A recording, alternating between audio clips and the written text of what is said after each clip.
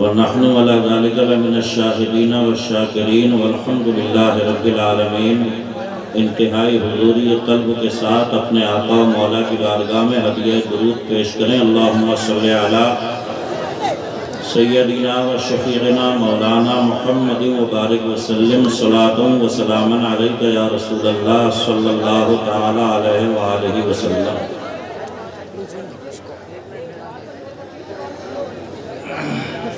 گلے گلزار سیادت حضور الشاہ شہادت میاں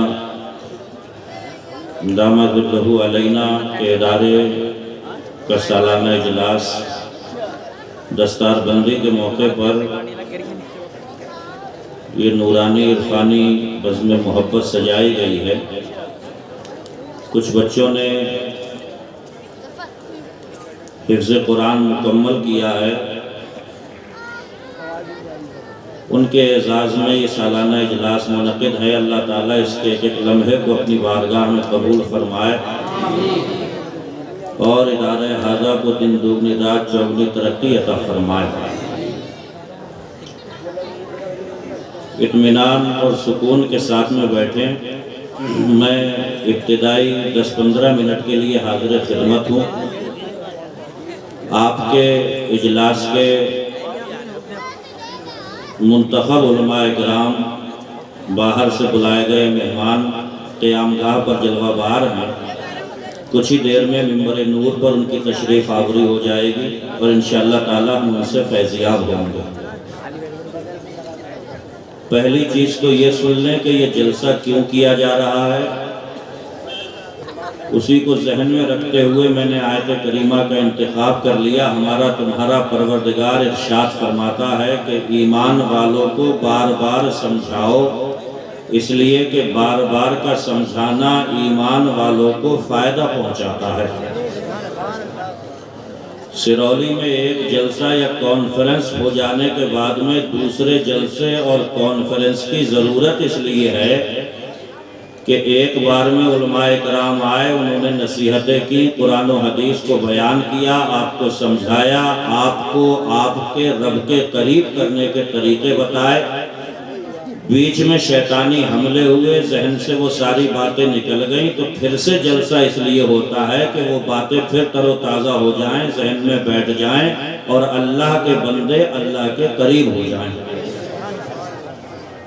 تو یہ بار بار کے جلسے، بار بار کی مجلسیں، بار بار کی کانفرنسیں، علماء اکرام مختلف حوالوں سے، کبھی دستار بندی، ربیع الاول، 11ویں شریف، رجب شریف کے موقع پر اسی لیے منعقد کراتے ہیں تاکہ آپ کو آپ کا دین، آپ کا اسلام، قرآن حدیث، دینیات، اسلامیات بتا دی جائیں، تاکہ آپ کی سمجھ میں آئے کہ ہم ہیں کیا اور کیوں یہاں پہ ہیں اور جانا کہاں پر ہے۔ تو پہلی چیز تو یہ ہے کہ ہم اہل سنت والجماعت کا عقیدہ یہ ہے کہ یہ وہ نورانی بزمیں ہوتی ہیں جس میں مصطفیٰ جان رحمت کی حاضری ہوتی ہے۔ تو ہمارے یہاں پر بیٹھنے، اٹھنے، چلنے، پھرنے کا انداز بھی ایسا ہونا چاہیے جس سے لگے کہ واقعتاً دل سے ہم اس عقیدے پر قائم ہیں کہ یہ بزم مصطفیٰ جان رحمت ہے۔ افراتفری کا شکار نہ ہو، اطمینان کے ساتھ، سکون کے ساتھ، وقار کے ساتھ علماء کرام کو سنیں، ان کی باتوں پر عمل کرنے کے لیے اپنے اللہ سے توفیق مانگیں۔ اس لیے کہ جب تک وہ توفیق نہیں دیتا ہے تب تک بندے کے بس کی کچھ نہیں۔ تو یہ بڑے مقدس لوگ ہیں یہ سب جو منبر نور پہ بیٹھے ہیں، علماء کرام کی نورانی جماعت کی شکل میں۔ خطیب اہل سنت حضرت علامہ مفتی عمران حنفی صاحب اور ہمارے پڑوس کے ہی خطیب العصر حضرت علامہ مولانا انتظار القادری صاحب، اور ایک بڑی خوبصورت آواز محترم المقام زین العابدین کی شکل میں آپ تک پہنچے گی۔ انشاءاللہ ہم اور آپ مشترکہ طور پر انہیں سنیں گے۔ دوسری چیز یہ سماعت کر لیجئے کہ ہم اور آپ خدا کے بندے ہیں۔ اور شیطان جنت سے جو نکالا گیا ہے وہ ہماری وجہ سے ہی نکالا گیا ہے، انسان کی وجہ سے۔ تو وہ بڑا غصے میں ہے، بکھرا ہوا ہے، اور اس نے تو خود خدا سے یہ کہا ہے کہ میں انہیں دائیں بائیں آگے پیچھے چوطرفہ گھیروں گا اور انہیں ماروں گا، ڈگاؤں گا، بہکاؤں گا۔ تو اس کے حربوں سے، اس کے ہیلوں سے، اس کے فتنوں سے، اس کی چالوں سے، اس کی باریک چالوں سے بچنے کے لیے ہمیں اور آپ کو کیا کرنا ہے؟